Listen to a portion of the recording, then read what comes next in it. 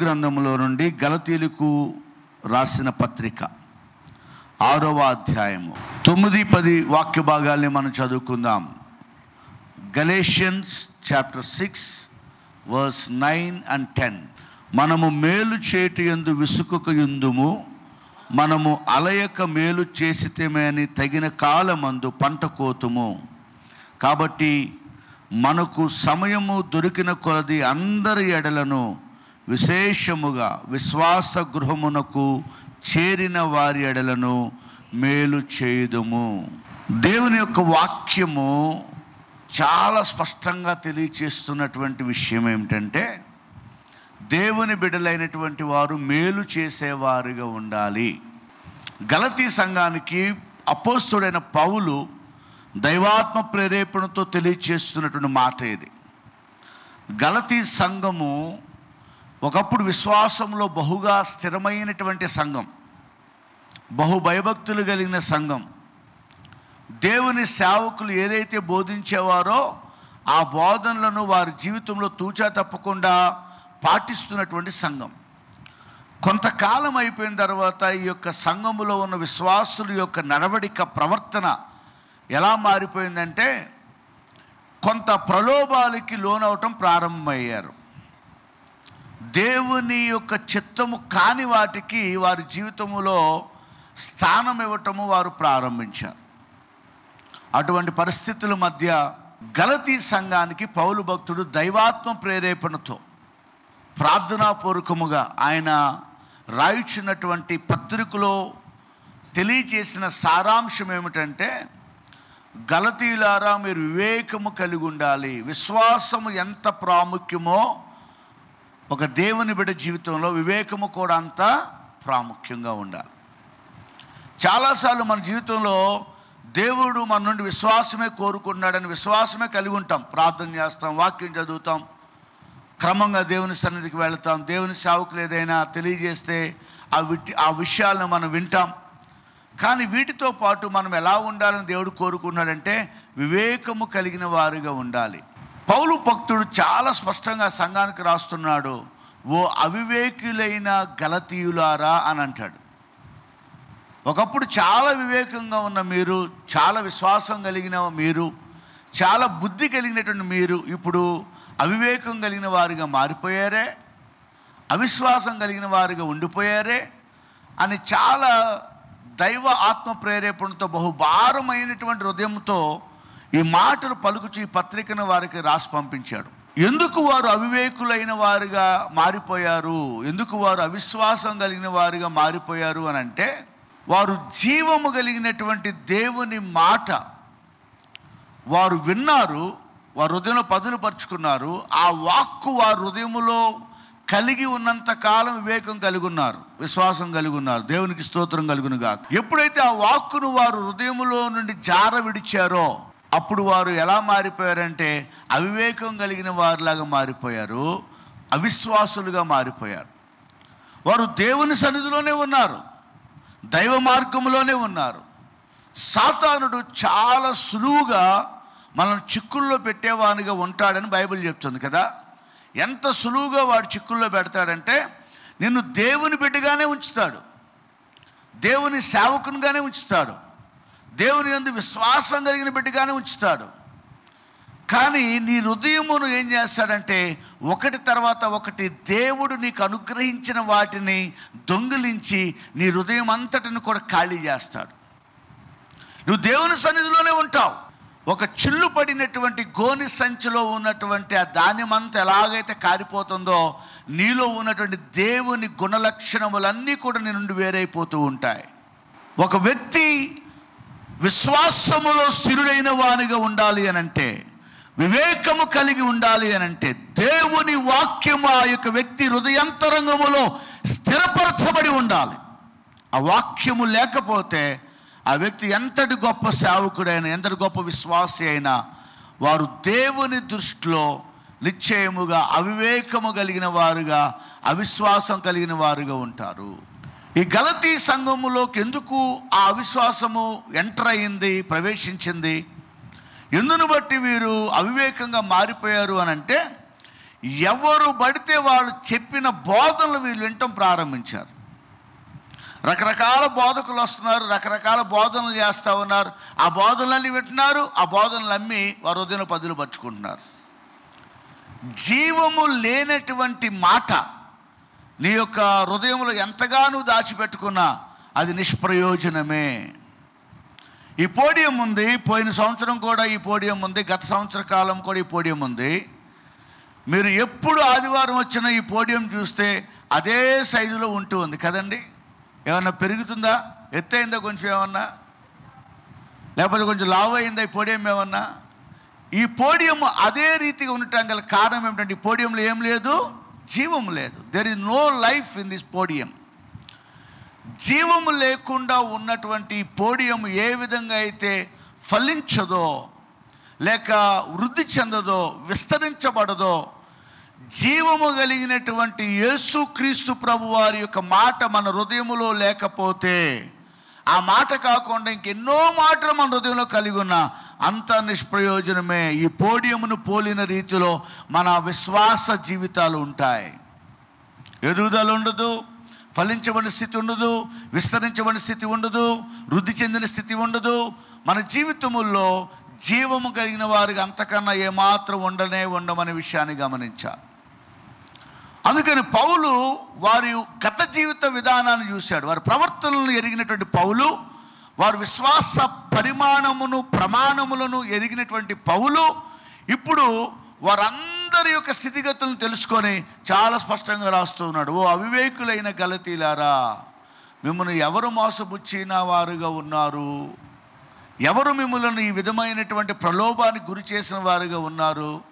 ఒకప్పుడు మీలో ఉన్న విశ్వాసం, ఒకప్పుడు మీలో ఉన్నటువంటి ఆ యొక్క జీవం ఏమైపోయింది అని పౌలు ప్రశ్నిస్తూ వారికి ఉత్తరాన్ని రాసిన వానిగా ఉన్నాడు. ఈ ఉత్తరంలో ఆయన చెప్పవలసినటువంటి అంశాలన్నిటినీ పరిశుద్ధాత్మ ప్రేరేపణ చెప్తూ వచ్చాడు. ఇప్పుడైనా మీరు ఇలాగుండాలి, ఈ రీతిగా ఉండాలి, ఈ వైఖరిని కలిగి ఉండాలి, ఈ నడవడికి కలిగి ఉండాలి, ఈ ప్రవర్తన మీరు కలిగి ఉండాలి, చాలా స్పష్టంగా రాస్తూ వస్తూ ఆయన చక్కగా ముగింపులో ఒక శ్రేష్టమైన మాటను తెలియజేశాడు. జీవము కలిగినటువంటి దేవుని వాక్యం కలిగినటువంటి వారు, జీవము కలిగిన దేవుని వాక్యముతో వారి హృదయాల్ని వారి అంతరంగా నింపుకున్నవారు, వారు ఏం చేస్తారంటే మేలు చేసేవారుగా ఉంటారు. స్తోత్రం చెప్పండి. కీడు చేసేవారుగా ఉండరు. ఏం చేస్తారు? మేలు చేసేవారుగా ఉంటారు. చాలా స్పష్టంగా రాసి పెట్టాడు ఆయన పరిశుద్ధాత్మ ప్రేరేపణతో. జీవము కలిగిన దేవుని వాక్యమును ఎవరైతే వారి హృదయములో వారి అంతరంగంలో కలిగి ఉంటారో వారు మేలు చేసేవారుగా ఉంటారు. అట్టి వారిలో ఈ గుణలక్షణాలు ఉంటాయని రాస్తూ వచ్చాడు. ఈ నూతన సంవత్సరంలో ప్రవేశించిన మన జీవితంలో మనము ఏ రీతిగా ఉంటే దేవుడు బహుగా ఇష్టపడతాడో, ఏ రీతిగా ఉంటే దేవుడు మనల్ని ఫలింపజేస్తాడో, ఆయన విస్తరింపజేస్తాడో, ఆయన వృద్ధి చేస్తాడో, మనల్ని ఆశీర్వదించి ఆశీర్వాద కారణముగా ఎలా మారుతాడో ఈ లేఖనాల్లో మనం చూస్తున్నటువంటి వారుగా ఉంటూ ఉన్నాం. దేవుని యొక్క వాక్యమును జాగ్రత్తగా మనం పరిశీలన చేస్తే ప్రియులారా, జీవము కలిగిన దేవుని యొక్క వాక్యము చాలా సుస్పష్టముగా తెలియజేస్తున్న మాట. జీవము కలిగిన దేవుని మాటను ఎవరైతే వారు హృదయాంతరంగంలో కలిగి ఉంటారో వారు మాత్రం మేలు చేసేవారుగా ఉంటారు. దేవుని వాక్యమును కలిగిన వారు కీడు చేసే మనస్తత్వాన్ని ఎప్పటికీ ఏమాత్రము కలిగి ఉండరు అనే విషయాన్ని గమనించాలి. ఎవరు కీడు చేసేటువంటి గుణాన్ని కలిగి ఉంటారో తెలుసా? జీవము కలిగిన దేవుని మాటను ఎవరైతే కలిగి ఉండరో, నిర్జీవమైనటువంటి అనేకమైనటువంటి విధానములను వారి జీవితంలో ఎవరైతే కలిగిన వారుగా ఉంటారో వారు మాత్రం కీడు చేసేవారుగా ఉంటారు. వారు మాత్రమే వారి జీవితాలని శ్రమలోకి నడిపించుకుంటారు, దుఃఖములోకి నడిపించుకుంటారు, విచారములోకి నడిపించుకుంటారు, బలహీనతలో నడిపించుకుంటారు, బంధకములో నడిపించుకుంటారు. అశాశ్వతమైన వాటి కొరకే పరుగులు తీసేవారుగా ఉంటారు. ఎవరు వీళ్ళంతా? జీవము కలిగిన దేవుని మాటను ఎవరైతే వారి హృదయముల్లో, వారి బ్రతుకుల్లో, వారి జీవితంలో కలిగి ఉండరో అట్టి వారందరూ కూడా నిర్జీవమైన స్థితిని కలిగి ఉంటారు. వారు మేలు చేసే గుణాన్ని కలిగి ఉండరు, మేలుకు బదులుగా కీడు చేసేవారుగా ఉంటారు, ఆపద కలిగించేవారుగా ఉంటారు, అపాయం కలిగించేవారుగా ఉంటారు, అడ్డగించేవారుగా ఉంటారు. కాబట్టి ఒక విశ్వాస జీవితము దేవునికి బహు ఇష్టముగా ఉంది అని అంటే వారిని మీరు కొలతలైన అవసరంలా, అంచనాలు అయిన అవసరంలా, వారి గురించి లోతైన విషయాలు తెలుసుకునే అవసరంలా. ఏ విశ్వాసి అయితే, ఏ దేవుని బిడ్డ అయితే అడ్డంకంగా ఉండేవారుగా ఉంటారో అటు వారు జీవము కలిగిన దేవుని వాక్కును వారు హృదయములో కలిగి ఉండని వారు మేలు చేసేవారుగా ఉండలేరు, వారు కీడు చేసేవారుగా ఉంటారు, అపాయమును కలగజేసేవారుగా ఉంటారు, ఆపదను కలగజేసేవారుగా ఉంటారు. అందుకని పౌలు భక్తుడు మేలు చేసేవారు ఎట్టి గుణ లక్షణాలు కలిగి ఉంటారో కూడా దైవాత్మ ప్రేరేపణతో ఆయన రాస్తూ వచ్చాడు. మేలు చేయుట యందు విసుగుకు ఉండాలి అని రాశాడు. మేలు చేసేటప్పుడు మనం ఎలా ఉండాలంట? విసుగు చెందకూడదు. కొంతమంది కొంత పని చేసిన వెంటనే వాళ్ళకి ఎంత విసుగో, ఎందుకంటే వారిలో ఉన్న అలసట, వారిలో ఉన్నటువంటి ఆ యొక్క బలహీనత విసుగు తెప్పిస్తుంది. కొంతమంది వాళ్ళు ఎప్పుడైనా చూడండి, ఎప్పుడు చిరునవ్వుతూ నవ్వుతూనే ఉంటారు. ఎంతటి అలసటలో ఉన్నా, ఎంతటి శ్రమలో ఉన్నా, ఎంతటి బాధలో ఉన్నా చిరునవ్వుతూ నవ్వుతూనే ఉంటారు. కాబట్టి దేవుని యొక్క సన్నిధిలో మనం గమనించవలసిన విషయం ఏమిటంటే, మేలు చేసేటువంటి వారు విసుగకుండా ఉంటారు. విసుగుదల అనేది వారు కలిగి ఉండరు. వారు ఎల్లప్పుడూ కూడా ఇంకా ఏదైనా చేయాలా, ఇంకా నేను ఏదైనా చేస్తే బాగుండు అనేటువంటి తాపత్రయమును కలిగి ఉంటారు. స్తోత్రం చెప్పండి. ఎప్పుడైతే దేవుని సంఘము అలాగూ ఉంటుందో ఆ సంఘమును దేవుడు ఫలింపజేస్తాడు, ఫలింపజేయడా? మరి మన సంఘం ఎందుకు ఫలించబడట్లేదు? ఎందుకు నూతన ఆత్మలు చేర్చబడట్లేదు? ఎందుకు విస్తరించబడట్లేదు అంటే మన జీవితాన్ని ఒక్కసారి మనం ఏం చేయాలా? ఈ ఉదయము మన హృదయంతరంగములను ప్రభు సన్నిధిలో పరిశీలన చేసుకోవాలి. మనం ఏం చేస్తున్నామంటే ప్రతీది కూడా డ్యూటీగా చేస్తున్నాం. ఎప్పుడైనా మీరు ఉద్యోగం చేసేటప్పుడు ఇష్టపడి చేస్తే కష్టం అనిపించదు. ఇష్టపడలేదనుకోండి ప్రతీది కష్టమే. సంసారమైనా, స్నేహమైనా, ఆత్మీయ బంధమైనా, రక్త సంబంధమైనా ఇష్టపడితే సమస్యలు ఉండవు. ఇష్టం లేదు అని అంటే కనుక ప్రతీది కూడా సమస్య, ప్రతీది కూడా కష్టతరంగానే ఉంటుంది. కాబట్టి దేవుని యొక్క వాక్యం చెప్తున్న మాట, నిజముగా జీవము కలిగిన దేవుని వాక్యములు ఎవరైతే వారు హృదయములో కలిగి ఉంటారో వారు మేలు చేయటం మాత్రమే కాదు, మేలు చేసేటువంటి వారు విసుగుదల ఏమాత్రము చెందరు అనే విషయాన్ని దైవ లేఖనము మనకు తెలియజేస్తుంది. పరిశుద్ధాత్మ దేవుడి సమయంలో జ్ఞాపకం చేస్తున్నాడు. కాబట్టి విసుగుదల చెందేవారుగా మన జీవితంలో మనం ఉండకూడదు.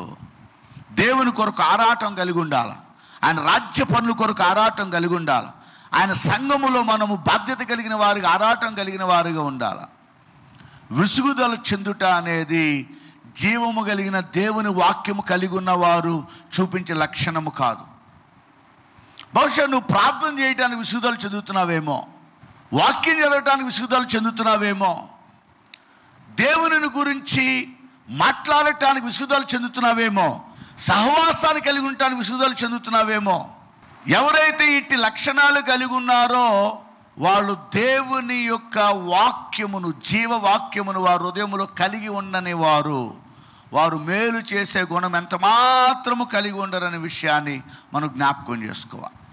ఎన్నో మార్లు దేవుని యొక్క స్వరాన్ని మనం వింటున్నాం, దేవుని మాట మనం వింటున్నాం. కానీ ఆ మాటను మనం బదులుపరుచుకోవడానికి బదులుగా ఈ లోక విధానాలతో కూడిన మాటలన్నీ కూడా మన హృదయంలో దాచిపెడుతున్నాం.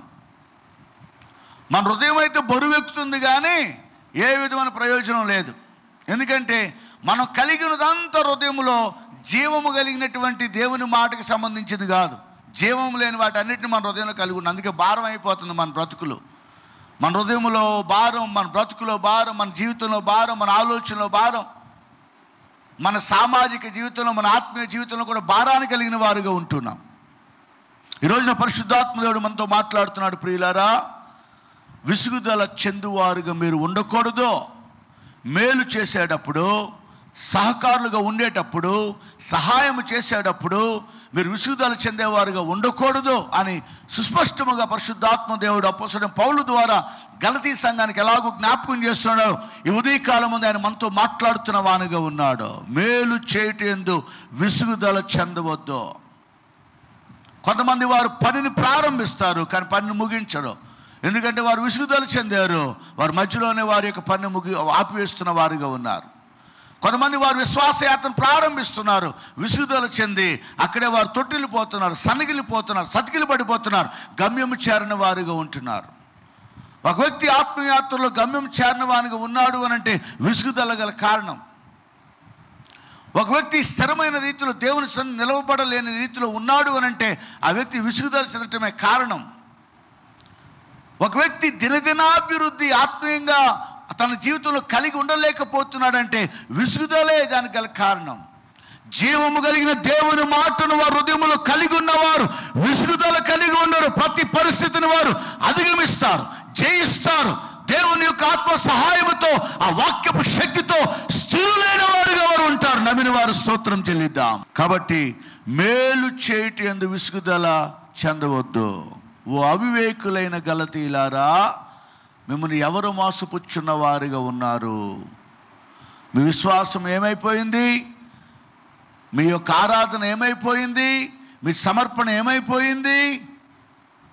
మీ ప్రార్థనా జీవితములు ఏమైపోయినాయి? దైవ సేవకుల నోటి నుండి పలకబడిన మాటలు మీ హృదయంలో భద్రపరచుకోకుండా మీరు ఏ రీతిగా మీ హృదయాల్ని కఠినపరుచుకొని లోక విధానంతో కూడిన వాటన్నిటిని మీ హృదయంలో కలిగి ఉంటున్న వారుగా ఉన్నారు అని పౌలు భక్తుని ద్వారా గలతీ సంఘానికి చాలా స్పష్టముగా పరిశుద్ధాత్మ దేవుడు మాట్లాడుతూ వచ్చాడు. మేలు చేయుట యందు విసుగుదల చెందువారుగా మనము ఉండకూడదు. ఏ విషయంలో అయినా సరే దేవుని ప్రేమతో మనం ఆ పని చేయువారుగా ఉంటే, ఆ పనిని ఇష్టపడి మనం చేయగలిగితే అది మనకు ఆశీర్వాదం. అది ప్రార్థన అయినా, ఆరాధన అయినా, వాక్య ధ్యానమైనా, దేవుని సన్నిధానములో నీవు ప్రవేశించి ఆయనను స్తుతించుట అయినా సరే నీ జీవితంలో విసుగుదలగా అది భావించకూడదు. ఎప్పుడైతే జీవం కలిగిన దేవుని యొక్క వాక్యాన్ని కలిగి ఉంటామో మనం ఏ రీతిగా మేలు చేస్తామో తెలుసా?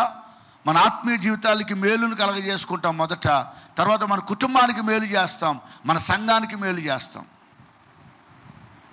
రెండవదిగా మనం గమనించినట్లయితే ఎవరి ఎడలు చేయాలి ఈ మేలు సెలెక్ట్ చేసుకుంటాం. మనం ఫలానా వారికి మేలు చేయాలి, ఎందుకంటే వాళ్ళు మన బంధువులు, వాళ్ళు మన రక్త సంబంధులు, వాళ్ళు మన స్నేహితులు, వాళ్ళకి మనం మేలు చేయవారుగా ఉండాలి. మనకి ఏదైనా దేవుడు ఎక్కువగా అత్యధికంగా ఇస్తే వాళ్ళకి మనం కొంచెం సహకరిద్దాం, వాళ్ళకి మేలు చేయవారుగా ఉందాం.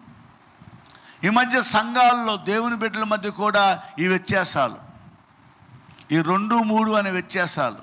పేరు క్రైస్తవులే, పేరుకు విశ్వాసులే, మీ కులమేంటి, మీ కులమేంటి, మన కులం వాళ్ళు అయితే కనుక మనం సహాయం చేద్దాం, మన ఇంటి పేరటోళ్ళు అయితే మనం సహాయం చేద్దాం. ఈ మధ్యకాలంలో ఒక సహోదరుడు నాకు తరసపడ్డాడు. ఏలూరు పట్టణంలో సంఘం ఉంది. ఆ సంఘంలో చాలా గొడవలు, గందరగోళాలు అవుతూ ఉంటాయి. ఏ చర్చికి వెళ్తారు బ్రదరు అని అడిగితే పలానా చర్చికి వెళ్తామండి అని చెప్పాడు. ఏదో మాకు తప్పట్లేదండి, ఆ యొక్క సంఘంలో గొడవలు ఉంటాయని మాకు తెలుసు, ఆ సంఘంలో పాస్టర్ గారి పరిస్థితి బాగుండదని మాకు తెలుసు, కానీ ఎందుకు వెళ్తున్నామంటే ఆ సంఘంలో ఉన్నవారు అందరూ మా కులం వాళ్ళేనండి, మా పిల్లలకి వివాహాలు చేయటానికి మేము వెతుక్కో అవసరం లేదు, ఆ పాస్టర్ గారు మా కులమే, అక్కడున్న సంఘ బిడ్డలందరూ మా కులమే, కాబట్టి ఆ కారణం చేత అక్కడికి వెళ్తున్నామండి అని చెప్పారు. అంతకన్నా ఇంకా దుఃఖదాయకమైన విచారకరమైనటువంటి మాట మరొకటి ఉందంటారా?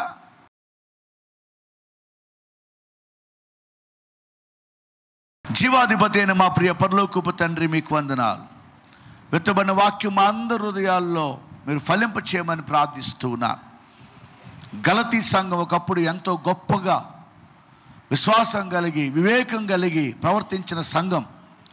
కానీ వారు జీవము కలిగిన దేవుని మాటను వారు విడిచిపెట్టిన కారణము చేత, వారు హృదయంలో ఉన్నటువంటి ఆ యొక్క భారభరితమైనటువంటి ఇహలోకముకు సంబంధించిన వాటిని కలిగి ఉన్న కారణం చేత మేలు చేసే గుణాన్ని వారు కోల్పోయారు. ప్రభువా, ఈ ఉదయకాలం మంది ఎవరైతే లోకములో ఉన్న వాటిని వారి హృదయంలో కలిగిన వారుగా ఉన్నారో, అటువారు వారి యొక్క స్థితిగతులను మార్చుకునటానికి మీ సహాయము దయచేయండి. మేలు చేయువారుగా ఉండటానికి, మేలు చేయునప్పుడు విసుగుదల చెందేవారుగా ఉండకూడదు. అందరికీ మేలు చేయువారుగా ఉండాలి, విశేషముగా మేలు చేయువారుగా ఉండాలి. ఈ గుణలక్షణములను ప్రతి ఒక్కరిలో ఈ ఉదయకాలం ముందు వారి హృదయంలో జీవము కలిగిన దేవుని మాటను స్థిరపరిచి అలవర్చపరచుకుని వేడుకొంచున్నాము నాయన. అనేకులను మీరు లేవనెత్తమని ప్రార్థిస్తున్నాను. వారి కుటుంబాల్లోకు మేలు చేసేవారుగా ప్రతి దేవుని బిడ్డ ఉండునుగాక. సంఘములో కూడా మేలు చేయువారు అనేకులు లేవనెత్తబడునుగాక. దేవుని యొక్క ప్రేమతో సమాజములో మేలు చేసేవారు అనేక మంది ఏర్పరచబడునుగాక.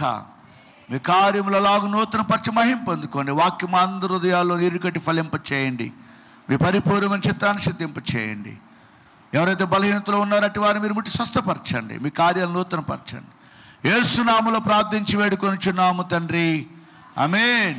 మా చిరునామా Yese Aadarana, Gethsemane central church, win our natives ministries, Satrampadu, Sitarampuram road, Vatluru panchayati, Eluru. మా పిన్ కోడ్ 534007. మా ఫోన్ నంబర్లు 8886163163 మరియు 8886164164. మా ఈమెయిల్ oneindia@gmail.com. మా website www.wonindia.org. Our address Yese Aadarana, Gethsemane central church, win our natives ministries, Satrampadu, Sitarampuram road, Vatluru panchayat, Eluru. Our pin code 534007.